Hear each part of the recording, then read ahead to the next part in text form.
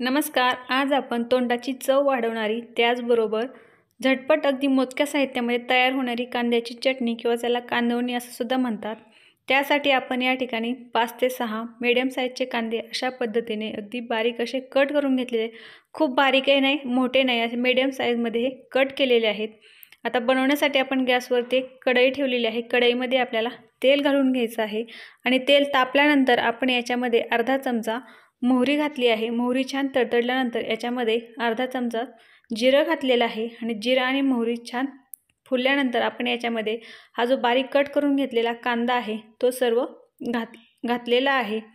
आता कांदा आपल्याला याच्यामध्ये व्यवस्थित असा परतवून घ्यायचा आहे.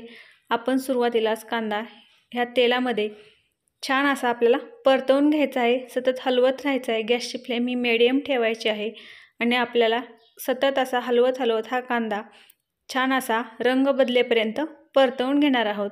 तर या ठिकाणी पाहू शकता 2 मिनिटांनंतर हलकासा याचा रंग बदललेला आहे आणि आणखी 2 मिनिटांनंतर छान असा ब्राऊन रंगावरती हा कांदा परतलेला आहे. इथपर्यंतच आपल्याला हा कांदा जो आहे तो परतून घ्यायचा आहे. आता आपण याच्यामध्ये बाकीचे जे साहित्य आहे ते सुद्धा घालणार आहेत. एवढा कांदा आधी परतून घ्यायचा आहे आणि मग पुढचं साहित्य घालायचं आहे. त्याच्यामध्ये आपण लसूण घेतलेला आहे, अशा पद्धतीने बारीक ठेचून घेतलेला आहे, तो ॲड केलेला आहे. त्यानंतर व्यवस्थित असं मिक्स करून घेतलेलं आहे. त्यानंतर हरभऱ्याची डाळ जी होती ती मी अगोदरच भिजत ठेवलेली होती. ही भिजलेली हरभऱ्याची डाळ आपण याच्यामध्ये घातलेली आहे. याच्याऐवजी मुगाची डाळसुद्धा वापरू शकता, परंतु हरभऱ्याची डाळ ही खायला आणखी छान लागते. आता हरभऱ्याची डाळ घातल्यानंतरसुद्धा व्यवस्थित असं आपण हे एकत्र करून घेतलं आहे. त्यानंतर आपण याच्यामध्ये लाल तिखट घातलं आहे चवीनुसार.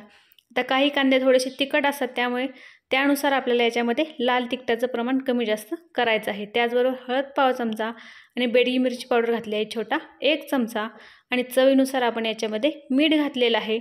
हे सर्व घातल्यानंतर व्यवस्थित असं पुन्हा आपण हे एकत्र करून घेणार आहोत. अगदी कमीत कमी मसाले वापरून ही जी चटणी आहे ती तयार होते आणि खायला म्हणाल तर अगदी अप्रतिम अशी लागते. आता आपण हे सर्व साहित्य एकत्र केल्यानंतर याच्यावरती झाकण ठेवायचं आहे आणि झाकण ठेवून छान असं याला वाफ काढून घेतली आहे.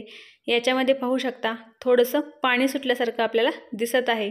मीठ टाकल्यामुळे कांदा आणि जी डाळ आहे ती छान अशी तेल आणि मिठामध्येच मस्त अशी शिजवून निघतात. पाण्याचा अजिबात आपल्याला याच्यामध्ये वापर करायचा नाही. आता यानंतर आपण याच्यामध्ये जाडसर असं 2 चमचे शेंगदाण्याचं कूट घातलेलं आहे. भाजून घेतलेलं शेंगदाण्याचं हे कूट आहे. हे घातल्यानंतर सुद्धा आपल्याला हे छान असं मिक्स करायचं आहे. शेंगदाण्याच्या कुटामुळे सुद्धा याची जी चव आहे ती आणखी वाढते आणि खायला अप्रतिम असं लागतं. आपण आणखी 2 मिनटं याच्यावरती झाकण ठेवलं होतं आणि झाकण काढल्यानंतर पाहू शकता छान अशी कांद्याची जी चटणी आहे ती शिजलेली आहे.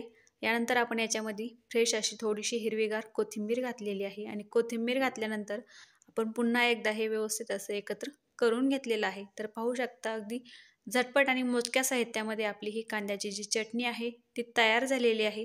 आता आपण गॅस बंद करूया आणि सर्व करूयात. तर करायलाही खूप सोपी आहे, त्याचबरोबर खायलासुद्धा अप्रतिम लागते. जर भाजी कोणती करावी हे कळत नसेल, सुचत नसेल आणि भाज्याही नसतील तर ही कांद्यापासून ही चटणी जी आहे ती अगदी झटपट तयार करू शकता. ताटामध्ये एक साईड डिश म्हणून ही सुद्धा वापरू शकता.